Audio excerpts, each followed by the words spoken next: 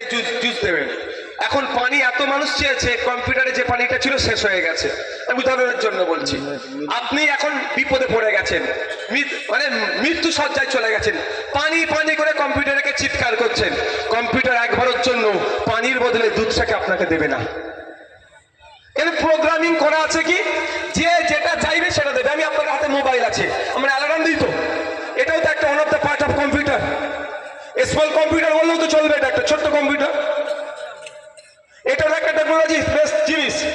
আমি আমার মোবাইলে অ্যালার্ম দিই 4:30টায়, ফজরের সময় উঠতে হবে।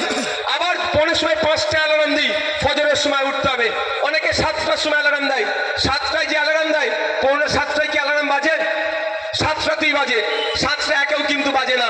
সিস্টেম আমি যেমন আপলোড করে দেবো, এতে লোড করে দেবো, সেই রকম হবে। তাই আজকে যদি অফিসারদের দিত, যদি কম্পিউটার অপারেটরদের দিত আপনার নামের আগে একটা ফুল স্টপ ছেড়ে গেছে, কম্পিউটার কিন্তু ওটাকে সহ্য করবে না, ভুল নাম বলে দেখছে। কিন্তু যদি আমাদের মতো মানুষ আপলোড করতো মোল্লা মোহাম্মদ আব্দুল করিম, আর একটা ডকুমেন্টসে আব্দুল করিম মোল্লা মোহাম্মদ, আমরা কিন্তু জানি দুজন একই ব্যক্তি, কম্পিউটার কিন্তু এটা শুনবে না, বলবে মিসম্যাচ হচ্ছে, ওর নামে নোটিশ পাঠিয়ে দাও। এটা তো হয়েছে। ঠিক এমন একইভাবে সরস্বতী দাস, তার নাম বিয়ে হয়ে স্বামীর টাইটেল সরস্বতী দাস ঘোষ, হয় না এই ধরনের? তাহলে সেটাও মিসম্যাচ হচ্ছে, নাম নাকি ভুল অন্য জনের নাম। এই ক্যারাকল হয়েছে, হওয়ার পরে আমাদেরকে আজকে প্রশ্ন সম্মুখীন হতে হচ্ছে। তাই আপনাদের বলবো, এই হেয়ারিং এ আমরা যারা পেরেশানির মধ্যে হচ্ছে, এই পেরেশানির দায় নির্বাচন কমিশনের, এই পেরেশানির দায় বিজেপির, এই পেরেশানির দায়ও মমতা ব্যানার্জি তথা তৃণমূলের উপরে বর্তায়। এর থেকে এখন পরিত্রাণ পাবেন কিভাবে? এর থেকে পরিত্রাণ পেতে হবে তো সহজ রাস্তা দুটো আছে, সহজ রাস্তার কথা বলছি। এই অসুবিধা হচ্ছে নাকি? কেউ যদি উঠাউটি করেন বলেন, আমি ছেড়ে দেবো। তাহলে এই পরিত্রাণ পাওয়ার দুটো রাস্তা আছে।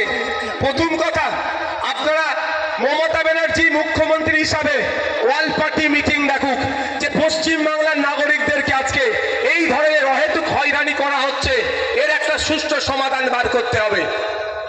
সমস্ত রাজনৈতিক দলগুলোকে ডাকবে, নওশাদ সিদ্দিকীদেরকেও ডাকবে, যেতে হবে। আপনারা জানেন পেহেলগাঁওতে যে টেরর অ্যাটাক হয়েছিল, তারপরে কেন্দ্রের বিজেপি সরকার Modi, Narendra Damodar Das Modi all party meeting ডেকেছিল। জানেন ওখানে গিয়ে রাহুল গান্ধীজিরা কি বলেছিল? যা ইচ্ছা ব্যবস্থা নিন পাকিস্তানের বিরুদ্ধে, আমরা সমর্থন করব। তারপরে তো যে ধাই ধাই করে গুলি চালিয়েছিল আমাদের ভূমিকা সিং আর সুফিয়া কুরেশি মিলে, ওদের টিম করেছিল তো।